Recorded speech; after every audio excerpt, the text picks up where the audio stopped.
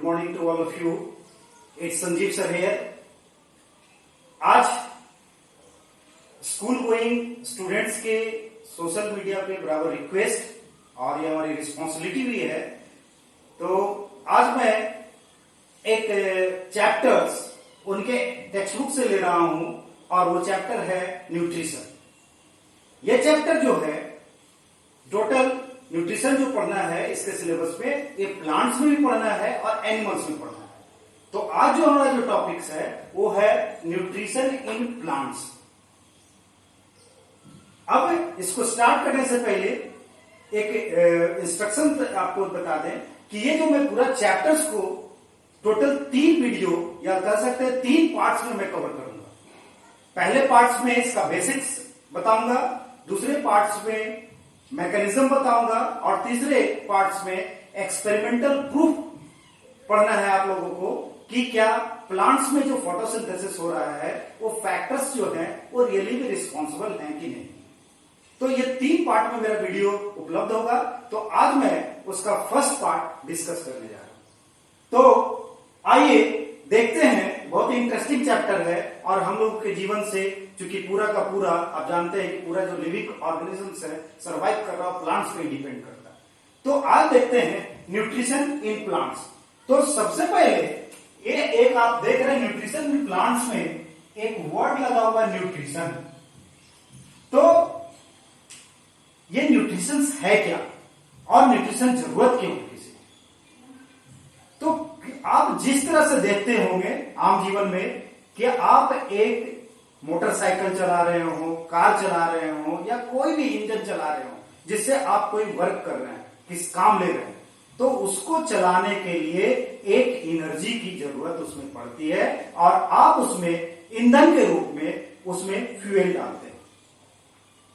Same उसी तरह से अगर कोई भी लिविंग ऑर्गेनिज्म है और उसके अंदर में जो भी परफॉर्मेंसेस हो रहे हैं और उसके अंदर कितने भी मेटाबॉलिक प्रोसेसेस हो रहा है, मेटाबॉलिक प्रोसेस उसको कहते हैं जिसमें ये 2 तरह के प्रोसेस से बना होता है, एक एनाबॉलिक और दूसरा कैटाबॉलिक। एनाबॉलिक में कॉम्प्लेक्स रिएक्शन से सिंपल रिएक्शन जैसे रेस्पायरेशन इन एनिमल और एनाबॉलिक में आपका सिंपल फॉर्म से कॉम्प्लेक्स फॉर्म बनता है जिसमें हम लोग आज पढ़ेंगे फोटोसिंथेसिस। तो ये प्रोसेसेस जो हो रहे हैं लिविंग ऑर्गेनिज्म में तो उनको भी तो फ्यूल की जरूरत पड़ेगी, एनर्जी की जरूरत पड़ेगी। तो जितने भी एनिमल्स हैं ये तो न्यूट्रिशंस के रूप में कार्बोहाइड्रेट या फैट्स या प्रोटीन्स ये कंज्यूम करते हैं, डिपेंड्स होते हैं अदर्स पर। इसलिए इस तरह के जो ग्रुप ऑफ ऑर्गेनिजम्स कहलाते हैं हेटेरोट्रॉप्स। और वैसे सारे ऑर्गेनिज्म जो अपना भोजन स्वयं बनाता है और वो अपना न्यूट्रिशन खुद प्रिपेयर्ड करके और अपने सेल्फ डिपेंडेंट होता है, वैसे ग्रुप ऑफ ऑर्गेनिजम्स कहलाएंगे ऑटोट्रॉप्स। अब ये ऑटोट्रॉपिक चूंकि डिफरेंट मोड्स ऑफ न्यूट्रिशन लेने का तरीका है तो मोड ऑफ न्यूट्रिशन में हम लोग ऑटोट्रॉपिक मोड ऑफ न्यूट्रिशन कर सकते हैं और हेटेरोट्रॉपिक मोड ऑफ न्यूट्रिशन कर सकते हैं। अब इस ऑटोट्रॉपिक मोड ऑफ न्यूट्रिशन में कुछ एग्जांपल्स मैं आपको बता रहा हूं। जैसे इसमें है प्लांट्स है, साइनोबैक्टीरिया है जिसको ब्लू ग्रीन अलगी भी बोलते हैं, अलगी है, फाइटोप्लैंक्टन्स है, केल्प है। ये सब जो ऑर्गेनिज्म्स है ये अपना भोजन स्वयं बनाते हैं। तो हम लोग आज डिस्कस जो करने जा रहे हैं न्यूट्रिशन इन प्लांट्स। तो अब जब प्लांट्स अपना भोजन स्वयं बनाएगा तो ऑब्वियस है कि इसके कुछ न कुछ रिक्वायरमेंट्स होंगे। इसको हम लोग एक बेसिक चीज से समझते हैं कि चूंकि ये जो आपका है फोटोसिंथेसिस आप जो इसमें देख रहे हैं तो यहां पे आप इसके 2 वर्ड्स पे आप जाइए, फोटो और सिंथेसिस। फोटो मीन्स होता है light, means synthesis of food in presence of light. तो ये प्लांट्स जो है अपना भोजन खुद बना रहा है तो ऑब्वियस है कि उसका कोई ना कोई जगह होगा जहां पे वो पूरे प्रिपेयर कर रहा है। तो प्लांट्स के वैसे पार्ट्स जो अगर क्वेश्चंस पूछता है तो ग्रीन पार्ट्स जो होते हैं, ग्रीन पार्ट्स ऑफ प्लांट्स जो होंगे, इसमें फोटोसिंथेसिस होगा। अब है कि ग्रीन पार्ट्स ऑफ प्लांट्स का, तो ये जनरली क्या होंगे, इसमें मोस्टली अगर सेल्स पूछेगा तो मेसोफिल सेल्स होंगे। और ये मेसोफिल सेल्स जनरली कहां होता है, ग्रीन पार्ट्स ऑफ प्लांट्स। इस मेसोफिल सेल्स में मोस्टली एक पार्टिकुलर ऑर्गेनेल्स है और जिसका नाम है क्लोरोप्लास्ट। यही मेन साइट ऑफ फोटोसिंथेसिस है, क्लोरोप्लास्ट। अब इसको फिर आगे हम लोग क्लोरोप्लास्ट के अंदर में जाकर देखेंगे, क्योंकि आगे आप जब देखेंगे कि जो फोटोसिंथेसिस है ये दो पार्ट में डिवाइडेड है। एक इसके जो आपका दो पार्ट में डिवाइडेड है, एक लाइट डिपेंडेंट रिएक्शन और दूसरा है light independent reaction. Light dependent reactions को लाइट रिएक्शन भी बोलते हैं और लाइट इंडिपेंडेंट रिएक्शंस को डार्क रिएक्शन बोलते हैं। अब क्योंकि जब मैकेनिज्म में हम आपको ले जाएंगे सेकंड वीडियो पे, तो इसके बारे में हम लोग और डिस्कस करेंगे। यहाँ सिर्फ हमको नाम से मतलब है, क्योंकि सारे चीज का हमको यहाँ पे साइट्स दिखाना है कि सारे प्रोसेसेस होते कैसे। तो लाइट डिपेंडेंट रिएक्शन या लाइट रिएक्शन और डार्क रिएक्शन जो है, कई लोग कंफ्यूज कर जाते हैं कि जो डार्क में होता है उसको डार्क रिएक्शन कहते हैं और जो लाइट में होता है उसको लाइट रिएक्शन कहते हैं। ये गलत है। जो लाइट के प्रेजेंस में, मतलब लाइट के प्रेजेंस में होगा, वैसे रिएक्शंस को लाइट डिपेंडेंट रिएक्शंस कहेंगे, और जो वैसे रिएक्शंस, वैसे सेट ऑफ रिएक्शंस जो जिसके होने के लिए लाइट का प्रेजेंस होने की जरूरत नहीं है, तो वैसे रिएक्शंस लाइट इंडिपेंडेंट रिएक्शंस। अब जब हम लोग क्लोरोप्लास्ट का स्ट्रक्चर देखेंगे तो ये जो लाइट रिएक्शंस है ये होता है ग्रेना में, और ग्रेना का भी एग्जैक्ट साइट हम लोग लोकेट करेंगे and that is the thylakoid membrane. और जो डार्क रिएक्शन है, ये डार्क रिएक्शन होता है स्ट्रोमा में। तो वहां पे कैसे होगा, ये सारा चीज हम लोग नेक्स्ट वीडियो में डिस्कस करेंगे। तो सबसे पहले ये तो आप दो फ्री डिफरेंट पार्ट पढ़े। तो ये लाइट रिएक्शन या लाइट इंडिपेंडेंट रिएक्शंस जो हैं, जनरली एक छोटा सा एग्जांपल से हम लोग देखेंगे, क्योंकि इसको समझना बहुत जरूरी है। ये देखने में क्लिष्ट लगता है लेकिन बहुत ही इंटरेस्टिंग चैप्टर है ये। तो अगर आपसे पूछा जाए कि खीर अगर आप बना रहे हैं तो खीर बनाने में आपको किस किस कंपोनेंट्स की जरूरत पड़े, तो ऑब्वियस है कि खीर देखकर अगर कोई कभी नहीं देखा हो बनते, तो खीर देखकर देखेगा कि वो लगता है दूध मिक्स है, चीनी मिक्स है, मीठा लग रहा है तो चीनी होगा, चावल दिख रहा है तो चावल होगा, और अगर मान ले कुछ डाइल्यूटेड फॉर्म है तो पानी होगा। सीधे देख के बोल देंगे। लेकिन क्या इतना चीज हम आपको उपलब्ध करा देंगे और आप खीर बना लेंगे? नहीं, आपको एक हीट एनर्जी सोर्स का जरूरत पड़ेगा, जिसके प्रेजेंस में ये जो रॉ मटेरियल्स है ये खीर में कन्वर्ट होगा। सेम उसी तरह से फोटोसिंथेसिस रिएक्शंस में जो प्रोडक्ट्स दिखता है, ये प्रोडक्ट उस तरह से नहीं, उसको होने के लिए कुछ प्रेजेंस का जरूरत पड़ता है। और वहां पे हम लोग देखेंगे कि सनलाइट और क्लोरोफिल, जो कि आपको प्रोडक्ट में नहीं दिखेगा लेकिन उसका प्रेजेंस होना जरूरी है। तो बाकी मैकेनिज्म में हम लोग इसको डिस्कस करेंगे आगे, क्योंकि जो लाइट पूरा रिएक्शंस है, अगर पूरा इसको आप देखें एक एग्जांपल से सेट करके, तो उसको हम लोग आगे इसको डिस्कस कर लेंगे। आगे हम लोग पहले देखते हैं कि what are the factors which is, या what are the requirements which is required for the photosynthesis. तो इसमें 4 फैक्टर्स का जरूरत पड़ेगा। एक CO2 जिसको हम लोग बोलते हैं कार्बन डाई ऑक्साइड, दूसरा वाटर H2O से करते हैं वाटर, तीसरा सनलाइट, और चौथा क्लोरोफिल।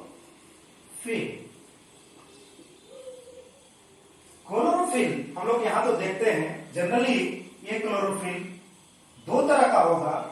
क्लोरोफिल ए होता तो और तरह का है, लेकिन मोस्टली जो पाया जाता है क्लोरोफिल ए और क्लोरोफिल बी।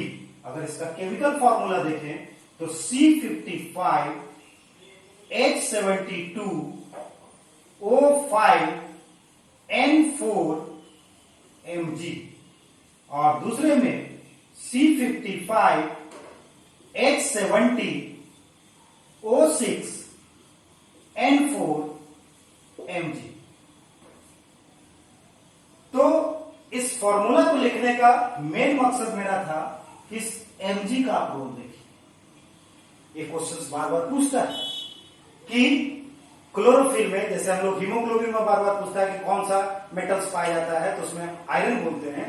क्लोरोफिल में पूछेगा तो आप बताएंगे इसमें मैग्नीशियम होता है। इसीलिए अगर मैग्नीशियम की कमी हो जाएगी प्लांट्स में तो क्लोरोफिल नहीं बनेगा, और क्लोरोफिल नहीं बनेगा तो सारा स्टोरी समाप्त हो जाएगा। तो ये सब इंपॉर्टेंट फैक्टर्स हैं, ये आपसे क्वेश्चंस में पूछे, इसको आपको ध्यान रखना है। अब इसके बाद सेकेंड पार्ट से इसमें क्वेश्चन आएगा, क्योंकि पहले बताया कि इस पार्ट में हम लोग बेसिक्स डिस्कस कर रहे हैं। तो एक इसमें क्वेश्चन पूछता है कि what are the reactions, chemical reactions. तो क्वेश्चंस अगर जनरल देखिएगा, लैंग्वेज पे ध्यान दीजिएगा, उसी तरह से आपका क्वेश्चन होगा। तो general chemical equation for photosynthesis given by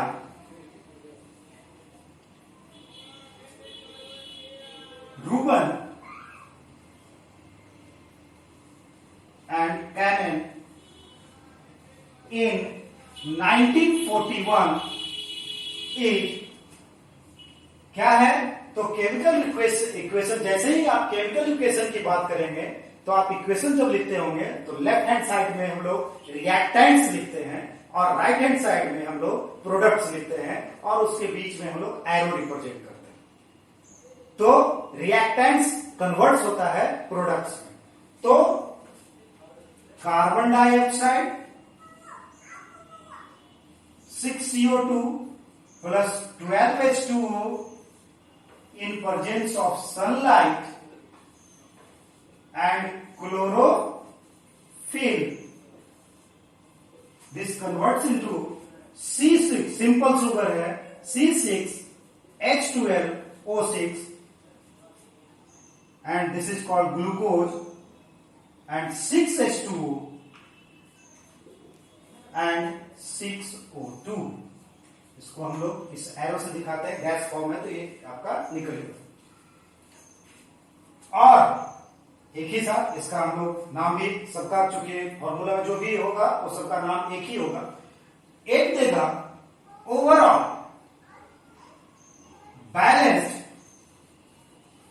balanced chemical, एक हो गया, दूसरा हो गया, सेम चीज को है लेकिन अलग तरह से होता है। Balanced chemical equation for photosynthesis. तो इसमें हम लोग देखिएगा थोड़ा चेंज करेंगे। अब ये 2 फॉर्म में पूछेगा, इसको 2 फॉर्म में देंगे। अगर आपसे पूछ रहा है सिंबॉलिक फॉर्म या वर्ड फॉर्म, तो इन symbol form,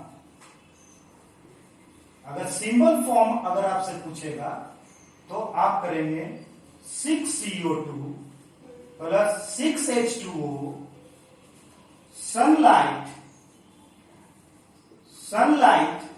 and chlorophyll, 6C6 simple C वही हो जाएगा ग्लूकोज जिसका नाम है C6H12O6 प्लस 6O2, गैस है, निकलेगा यहां से। अगर इसी को वर्ड फॉर्म में अगर पूछता है, इन वर्ड फॉर्म तो carbon dioxide plus water in presence of sunlight, chlorophyll, glucose plus oxygen. तो चलिए फैन को क्लोज किए हैं, आवाज इसका बैक साउंड ले रहा है, तो थोड़ी गर्मी है। अब यहां पे इस बात को हम लोग ध्यान देंगे, सब में एक ही है, बस केवल रिप्रेजेंटेशन अलग है। तो सब में कॉमन बात यह है कि 4 फैक्टर की बात किए थे, कार्बन डाइऑक्साइड, दूसरा वाटर, तीसरा सनलाइट और चौथा क्लोरोफिल। ये 4 रिक्वायरमेंट्स हैं। इसका बहुत ध्यान से रखिएगा, क्वेश्चन पूछेगा कि what are the requirement, basic requirement for the photosynthesis. First one is the carbon dioxide, second one is the water, third one is the sunlight and fourth one is the chlorophyll. इसमें product सबसे पूछता है, तो ये ध्यान रखना है कि this is the glucose is the major product, और ये जो होता है this is called by product. ये ऑक्सीजन जो होता है इस प्रोसेस का, फोटोसिंथेसिस का एक तरह से वेस्ट प्रोडक्ट है। ये अलग बात है कि इस ऑक्सीजन पे पूरा का पूरा ऑक्सीजनिक जितने भी ऑर्गेनिज्म है जो एरोबिक रेस्पिरेशन करते हैं उसके लिए ये फ्यूल का काम करता है, तो वो अलग इंपॉर्टेंस हो गया। लेकिन इस प्रोसेस के लिए अगर वेस्ट पूछेगा तो ऑक्सीजन हो जाएगा, और मेजर प्रोडक्ट अगर पूछेगा दिस इज द मेजर और मेन प्रोडक्ट ऑफ फोटोसिंथेसिस। तो ये एक आपसे क्वेश्चंस पूछेगा केमिकल इक्वेशन को लेकर, प्रोडक्ट्स में बता दिए, इधर रिएक्टेंट्स में बता दिए, फैक्टर्स बता दिए, what are the those factors. अब इसके बाद हम लोग इसमें आते हैं कि अब ये चीज देख लिए, क्योंकि इसमें थोड़ा आपको इसी रिप्रेजेंटेशन को देखना है, और मेन समझने वाला पार्ट जो होगा मैकेनिज्म पार्ट, सेकंड पार्ट में हम लोग डिस्कस करेंगे, तो उसमें समझेंगे कि कैसे कैसे हो रहा है। अभी तो हम लोग रिक्वायरमेंट्स की बात कर रहे हैं, लेकिन ये भी इंपॉर्टेंट है, क्वेश्चंस में पूछता रहता है। अब सेकंड पार्ट में हम लोग आ रहे हैं इसका, कि अब पूछेगा कि what are the sites of the photosynthesis. तो फोटोसिंथेसिस का साइट्स होगा तो क्लोरोप्लास्ट आता है, तो थोड़ा सा हम लोग इसको स्ट्रक्चर को डिस्कस करेंगे। ये डबल मेम्ब्रेनस ऑर्गेनल्स होता है, इसको किचन ऑफ द सेल भी बोलते हैं। किचन ऑफ द सेल, चूंकि ऑब्वियस है भोजन बन रहा है तो कहीं ना कहीं किचन तो होगा, तो इसका किचन, प्लांट्स का किचन जो होता है ये कौन होता है, क्लोरोप्लास्ट। इस स्ट्रक्चर को देखिएगा तो बहुत आराम से मेरे हैंड्स को फॉलो अप करते जाइए, तो आप देख रहे होंगे कि ये 2 मेम्ब्रेन से बना हुआ है, इसलिए इस ऑर्गेनल्स को डबल मेम्ब्रेन ऑर्गेनल भी बोलते हैं। दूसरी बात, इसको सेमी ऑटोनोमस ऑर्गेनल बोलते हैं। सेल में 2 तरह के, माइटोकॉन्ड्रिया और क्लोरोप्लास्ट, ये semi autonomous organelle. Semi autonomous करने का मतलब कुछ डिपेंड जो होता है वो न्यूक्लियस पे करता है, और कुछ ही अपना काम खुद करता है, तो इसको कहते हैं सेमी ऑटोनोमस, मतलब फुल्ली डिपेंडेंट। जैसे हम छोटे बच्चे होते हैं तो फादर पे फुल्ली डिपेंडेंट होते हैं, लेकिन जैसे ही थोड़ा सा बड़े होते हैं, कुछ हल्का फुल्का कमाने लगे, तो कुछ पार्ट हम लोग डिपेंड हो जाते हैं फादर पे, और कुछ अपना भी अर्न कर रहे हैं, तो उसको कहते हैं सेमी डिपेंडेंट। तो उसी तरह से ये न्यूक्लियस पे कुछ पार्ट डिपेंड होता है और कुछ अपना काम ये खुद करता है, इसलिए इसको सेमी ऑटोनोमस ऑर्गेनल्स भी बोलते हैं, kitchen of the plant cells भी बोलते हैं। तो ये सब इसके कुछ नाम्स हैं। तो ये सेमी ऑटोनोमस ऑर्गेनल्स हुआ, और इसमें हम लोग को देखना होगा बहुत ध्यान से कि इसमें जस्ट ऐसे सोचिए कि 5 रुपीज का क्वाइन है और उस क्वाइन को अगर आप इस तरह से अरेंज कर दें, अगर इस तरह से इसमें अरेंज कर दें 5 रुपीज के क्वाइन को, तो एक पिलर लाइक स्ट्रक्चर बना देगा। It gives pillar like structure.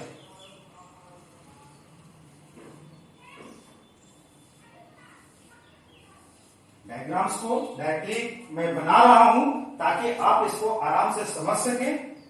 और ये जो आपस में है ये जुड़ा हुआ रहता है। ये सारे पिलर्स जो हैं एक दूसरे से जुड़े रहते हैं। सबका नाम होगा, ठीक है। अब इसी के ऊपर में यही जो मैं बार बार बोल रहा था, तो ये भी देखिएगा आगे जब इसको हम एलाबोरेट करेंगे नेक्स्ट मैकेनिज्म में, तो ये भी डबल मेम्ब्रेन्स का शेप ले लेगा।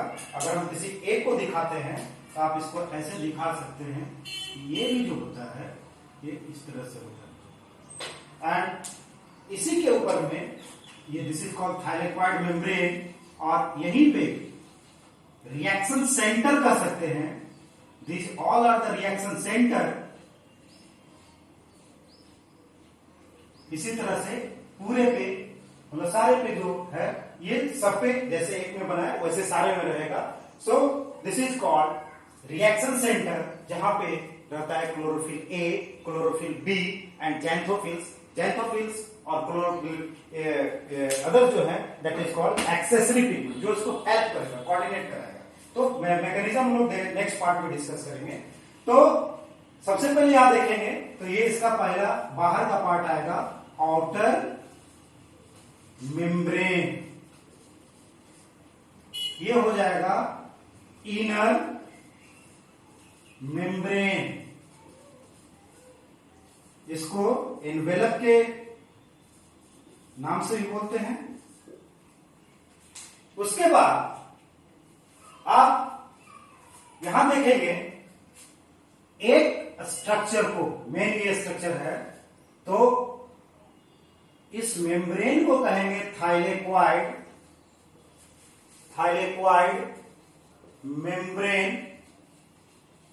एंड स्पेस बीच में जो आप ल्यूमन जो बोल रहे हैं, ल्यूमन इज स्पेस, खाली जगह जो दिख रहा है, इसको कहते हैं थाइलेक्वाइड स्पेस। और एक पूरे यूनिट, एक पिलर को, एक यूनिट को ग्रैनम बोलते हैं। और प्लूरल में मतलब सबको एक साथ, बहुत सारा चूंकि इस तरह का पिलर्स है, प्लूरल में इसी का नाम हो जाता है ग्राना। क्या कहेंगे? ग्राना। और ये जो ग्रैनम है एक दूसरा से एक लैमिली से जुड़ा रहता है, तो this is called stromal, stromal lamellae. अगर सिंगुलर होगा लैमिला और प्लूरल होगा लैमिली। अब बाहर में बहुत सारे इसमें पिगमेंट्स होंगे, बहुत सारे पिगमेंट्स होंगे। एंड दिस इज कॉल्ड, ये पिगमेंट से भरा हुआ रहेगा। एंड दिस पिगमेंट मतलब ये कुछ फ्लूइड्स होंगे, विस्कस फ्लूइड्स होगा। And this is called stroma.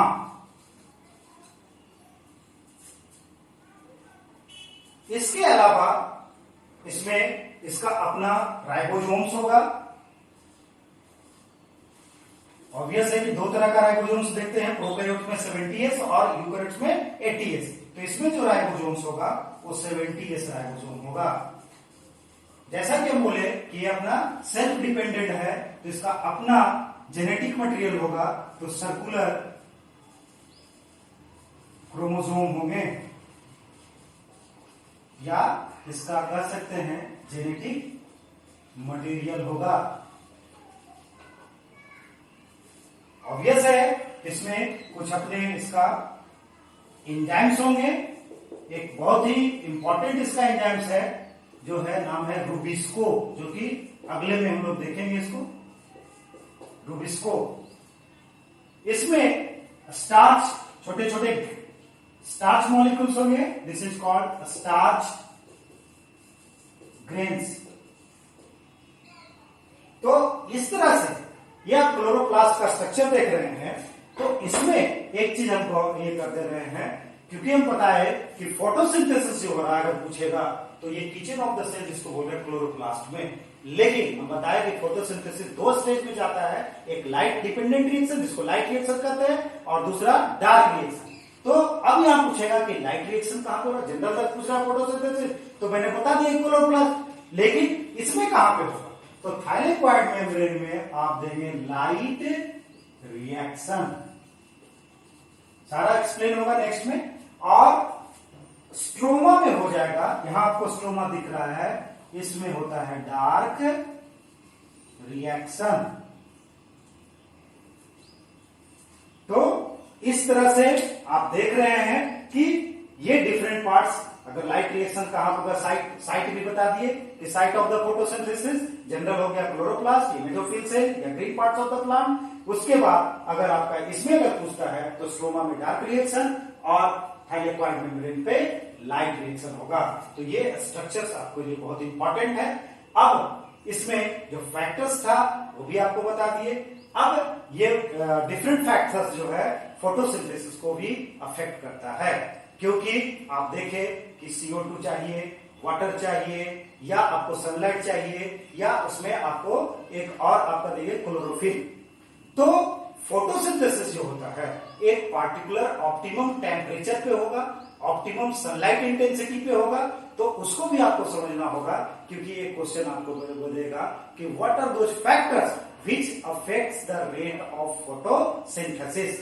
तो जैसे अगर टेम्परेचर आप बढ़ा रहे हैं, मतलब एक आइडियल टेम्परेचर, चूंकि आप देख रहे हैं कि ये जो रिएक्शंस होंगे वो एंजाइम्स के प्रेजेंस में होंगे। तो एंजाइम्स एक बेसिकली प्रोटीन मॉलिक्यूल होता है, और ये एंजाइम जो है एक पार्टिकुलर टेम्परेचर पे ऑप्टिमम आपका जो इसका आइडियल जो है वर्क करता है। तो ये देखा गया है कि 10 डिग्री सेंटीग्रेड से 40 डिग्री सेंटीग्रेड पे एंजाइम बहुत अच्छा काम करेगा। लेकिन अगर लोअर टेम्परेचर होगा या हायर टेम्परेचर होगा उसमें एंजाइम्स इनएक्टिव हो जाएंगे, और जब एंजाइम्स इनएक्टिव हो जाएगा तो रेट ऑफ फोटोसिंथेसिस अपने से स्लो डाउन होगा। मतलब अगर एक पार्टिकुलर टेम्परेचर रेंज में अगर टेम्परेचर बढ़ता है तो रेट ऑफ फोटोसिंथेसिस बढ़ेगा, और घटता है तो रेट ऑफ फोटोसिंथेसिस घटेगा। लेकिन एक पार्टिकुलर बियॉन्ड टेम्परेचर के इर्द आगे या नीचे ये क्या हो जाएगा, खत्म हो जाएगा, मतलब रुक जाएगा, स्लोज डाउन होगा, बिल्कुल बंद तो नहीं होता, स्लोज डाउन होगा। दूसरा हम लोग देख रहे हैं intensity of light. Intensity of light का भी सेम स्टोरी है, जैसे जैसे इंटेंसिटी ऑफ लाइट बढ़ता है रेट ऑफ फोटोसिंथेसिस बढ़ेगा, लेकिन एक पार्टिकुलर इंटेंसिटी के बाद रेट ऑफ फोटोसिंथेसिस क्या हो जाएगा, बंद हो जाएगा, क्योंकि वहां पे दूसरा काम हो जाता है सोलराइजेशन। सोलराइजेशन मतलब कि रेडिएशन के इफेक्ट से क्लोरोफिल मॉलिक्यूल्स होते हैं डिस्ट्रॉय होने लगते हैं। तो एक पार्टिकुलर रेंज में, इसीलिए देखते होंगे कि जो हम लोग ये करते हैं, वाटरिंग करते हैं, पटाने का काम करते हैं, या सुबह या शाम में बोला जाता है, क्योंकि सुबह में जैसे जैसे इंटेंसिटी बढ़ता है रेट ऑफ फोटोसिंथेसिस बढ़ता है, शाम में भी इंटेंसिटी एक आइडियल होता है, लेकिन दोपहर में जो होता है बहुत ज्यादा हाई इंटेंसिटी होने से रेट ऑफ फोटोसिंथेसिस बहुत कम रहता है। इसलिए उस समय हम लोग प्लांटेशन वाटरिंग करने के लिए सजेस्ट नहीं किया जाता। क्यों हम लोग सुबह और शाम में करते हैं, तो इसके पीछे रीजन ये है कि उसमें इंटेंसिटी ऑफ लाइट जो होता है इंक्रीजिंग होता है, और उसमें रेट ऑफ फोटोसिंथेसिस बढ़ेगा। CO2 का है 0.03% एटमॉस्फेरिक कंसंट्रेशन है, तो ऑब्वियस है कि इस बीच में जैसे जैसे 0.5% तक CO2 बढ़ेगा तो इसमें रेट ऑफ फोटोसिंथेसिस बढ़ेगा, क्योंकि जैसे जैसे CO2 बढ़ता है तो इसको क्या करता है, ये फोटोसिंथेसिस जो है इसमें जो मेनली जो ग्लूकोज आप देख रहे हैं बन रहा है प्रोडक्ट, ये तो सिंपल सुगर्स है, लेकिन इसमें जो आगे जो इसको कन्वर्ट कर देगा वो सुक्रोज फॉर्म में, और ट्रांसलोकेशन प्रोसेस के थ्रू फ्लोएम जो कि बंडल विथ वेसल्स हैं, जो इस फ्लोएम के थ्रू, चूंकि ये पार्ट जो है फोटोसिंथेसिस तो ग्रीन पार्ट में होता है, लेकिन प्लांट्स में तो नॉन ग्रीन पार्ट्स भी है। आप देख रहे हो कि मैं यहाँ पे प्लांट्स को भी शो किया हूं, तो आप देख रहे हैं कि ये जो सारा चीज है वो सॉइल से, चूंकि आप जो 4 कंपोनेंट देखे तो CO2 जो है एटमॉस्फेयर से ले रहा है ये प्लांट्स, लेकिन जो अपना ये वाटर है इसको सॉइल से ले रहा है। तो वाटर के साथ ये न्यूट्रिएंट्स, जो कि उसमें बहुत सारे माइक्रो न्यूट्रिएंट्स होंगे, इनऑर्गेनिक न्यूट्रिएंट्स भी होंगे, जिसके प्रेजेंस में फोटोसिंथेसिस होगा, तो ये तो सॉइल से लेगा, तो तो वो भी जरूरत है। अब इसमें जो है गैसेस जो है, तो गैसेस जो है तो ऑब्वियस है इस प्लांट्स के जो लीफ जो ग्रीन पार्ट्स हैं उसमें एक अपर पार्ट होता है और एक लोअर पार्ट होता है। तो जो मोनोकॉट्स प्लांट होते हैं वो दोनों तरफ उसके पोर्स होते हैं, स्टोमाटा मीन्स होता है माउथ, तो स्टोमाटा होते हैं दोनों टाइप में मोनोकॉट्स में, लेकिन डाइकॉट्स में नीचे लोअर सरफेस पे ये ज्यादा होता है और इसके कारण वहां से ओपन करता है और वहां से CO2 का कंजप्शन करता है। तो CO2 की बात हम कर रहे थे और सनलाइट तो जान ही रहे कि सन से ले रहा है डायरेक्ट, तो यहां जैसे आपका ये है, तो आगे हम बताएंगे कि सनलाइट से ही जरूरी है या कुछ है, इस मैकेनिज्म पे हम लोग बहुत इंटरेस्टिंग पार्ट है वो जो सेकंड वीडियो में डिस्कस करूंगा। तो अभी तो अगला जो हम देख रहे थे CO2 का, तो 0.5 तक ये करेगा, लेकिन अगर ज्यादा CO2 कंसंट्रेशन हो जाएगा तो फिर इसके लिए क्या हो जाएगा, टॉक्सिक हो जाएगा। तो CO2 का कंसंट्रेशन है। और वाटर की जहां तक बात है तो वाटर तो इसको मिनिमम लेवल पे चाहिए, बहुत ज्यादा वाटर नहीं चाहिए, लेकिन वाटर के साथ साथ न्यूट्रिएंट भी ले रहा है तो इसलिए इसका इंपॉर्टेंस बढ़ जाता है। तो जहां पे वाटर स्ट्रेस की कंडीशन होगा, मतलब वाटर की कमी होगी, तो रेट ऑफ फोटोसिंथेसिस घट जाएगा और जो बहुत ज्यादा वाटर लॉगिंग भी हो जाएगा तो भी इसके लिए समस्या है। अलग अलग प्लांट्स का अलग अलग एडेप्टेशन है। आप लीफ में देख रहे हैं तो ये देख रहे हो कि इसके सरफेस एरिया क्या करता है, ये चारों तरफ एक छोटा सा लीफ में आपको दिखा रहा हूं, तो इसे देखिएगा कि इसका एडेप्टेशन है और ये इसका सरफेस एरिया बढ़ा हुआ है, कुछ पार्ट्स ग्रीन पार्ट्स हैं और कुछ नॉन ग्रीन पार्ट्स हैं। तो आगे हम लोग उसमें देखेंगे, इसको प्रूफ करेंगे कि यहाँ पे इसका मतलब है कि क्लोरोफिल नहीं है तो फोटोसिंथेसिस नहीं हो रहा है, और यहाँ पे क्लोरोफिल है तो हो रहा है। तो इसको आगे प्रूफ करेंगे आयोडीन टेस्ट से। तो ये चीज आपका, तो इसमें देख रहे हो कि सरफेस एरिया बढ़ाता है ताकि ज्यादा से ज्यादा क्या कर सके, ये रिसीव कर सके। इसमें जैसे आपको नॉन ग्रीन पार्ट्स जो होंगे तो उसमें ये फोटोसिंथेसिस नहीं होगा, तो क्लोरोफिल की भी इंपॉर्टेंस है। तो इस तरह से हम लोग देखते हैं कि this factors also affecting the rate of photosynthesis, और ये ग्लूकोज सुक्रोज बन के मूव करेगा और यही इसका फ्यूल हो जाएगा। क्योंकि हम लोग जो है हेटरोट्रॉपिक है, ग्लूकोज कार्बोहाइड्रेट ये सब बाहरी सोर्स से लेते हैं, लेकिन प्लांट्स अपना ग्लूकोज बना लेगा, सुक्रोज करेगा। ऑब्वियस है कि जैसे एनिमल में हम लोग जब एक्स्ट्रा डाइट ले लेते हैं तो हमारे अंदर में ग्लाइकोजन और फैट्स के रूप में स्टोर हो जाता है वो एक्स्ट्रा कार्बोहाइड्रेट। सेम यहाँ पे जो है प्लांट्स में ग्लूकोज से सुक्रोज बनेगा, डाइसैकेराइड है, ग्लूकोज मोनोसैकेराइड से, और पॉलीसैकेराइड में कन्वर्ट हो जाएगा, दैट इज द स्टार्च, और वो स्टार्च के रूप में सेव रहता है। इसका एग्जांपल बहुत अच्छा एग्जांपल है, आप पोटैटो खाते हैं और उसमें भारी अमाउंट ऑफ स्टार्च है, तो ये that is the reserve food materials of the plants. तो इस तरह से इसको सेव करता है। तो अभी मोटा मोटी आप एक बेसिक पार्ट्स जो फोटोसिंथेसिस